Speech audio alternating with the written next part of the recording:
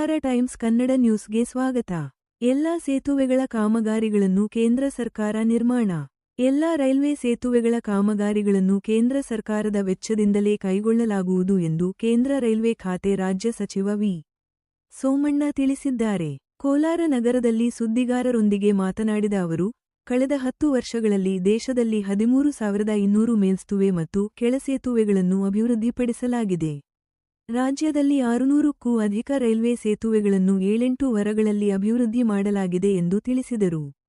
ಈ ಸಂದರ್ಭದಲ್ಲಿ ಕೋಲಾರ ಜಿಲ್ಲೆ ಸಂಸದರು ಎಂ. ಮಲ್ಲೇಶ್ ಬಾಬು ಹಾಗೂ ಇನ್ನೂ ಹಲವಾರು ರಾಜಕೀಯ ಮುಖಂಡರುಗಳು ಹಾಜರಿದ್ದರು.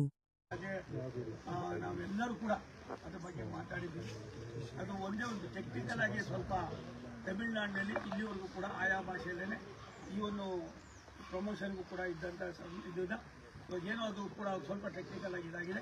ಆದರೆ ಒಂದು ನಮ್ಮಲ್ಲಿ ಹುಬ್ಬಳ್ಳಿ ಮತ್ತು ಮೈಸೂರಿನಲ್ಲಿ ಕನ್ನಡದಲ್ಲಿ ಬರೆಯೋದಕ್ಕೆ ಪ್ರಾವಿಷನ್ ಮಾಡಿದ್ದಾರೆ. ಕೇಂದ್ರಗಳಿಗೆ ಮಾತ್ರ ಕೊಟ್ಟಿದ್ದಾರೆ, ಲಿಫ್ಟ್ ಮಾಡಿದ್ದಾರೆ. 2 ಕೇಂದ್ರಗಳಲ್ಲಿ ಮಾತ್ರ ಪರೀಕ್ಷಾ ಕೇಂದ್ರ ಕನ್ನಡ ಕೊಟ್ಟಿದ್ದಾರೆ. ಸೋಮಣ್ಣನ ಕೊಡುಗೆನೂ ಇದೆ, ಸೋಮಣ್ಣನ ಸಮಾನ ಇದೆ. ಕರ್ನಾಟಕದಲ್ಲಿ ಕನ್ನಡಿಗರಿಗೆ ನಾವು ಆಗಬೇಕು ಅಂತ ನಿಮ್ಗೆ ಗೊತ್ತಿದೆ. ಅಧಿಕಾರಿಗಳ ಬಗ್ಗೆ ನಾನು ಹೆಂಗೆ ಮಾತಾಡ್ತೀನಿ ಅಂತ ನನಗೆ ಐದೇ ಕೊಟ್ಟೆ. ಹಿಂದಿ ಇವತ್ತು ಕೂಡ 1 ವರ್ಷ 5 ತಿಂಗಳಲ್ಲಿ ಅಲ್ಪ ಸ್ವಲ್ಪ ಮೇನೇಜ್ ಮಾಡೋಷ್ಟು ಕಲ್ತ್ಕೊಂಡಿದ್ವಿ. ಅದು ಆಯ್ತದೆ. ಅದ್ರ ಬಗ್ಗೆ ಇನ್ನೂ ಕೂಡ ಸ್ವಲ್ಪ ನಾನು ಹೋಗ್ತಾ ಇದ್ದೀನಿ. ನಾಳೆ ನಡೆದು ಹೋದಾಗ ಅದ್ರ ಜೊತೆ ಮತ್ತೆ ಇನ್ನೊಂದು ಸರಿ ಚರ್ಚೆ ಮಾಡಿ ಅದು ಏನಾಗಿದೆ ಸರ್. ನೀವು ಇದು ಸಚಿವರು ಕೂಡ ಆಗಿದೆ ಸರ್. ಇದಕ್ಕೆ ಸಂಬಂಧ ಇದೆ ಜಲಶಕ್ತಿ.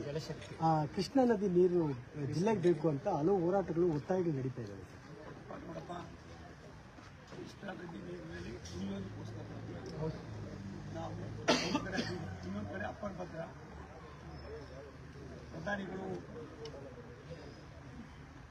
ವಾಸ್ತವಾಂಶವನ್ನು ಅರ್ಥ ಮಾಡ್ಕೊಂಡಿದ್ದಾರೆ.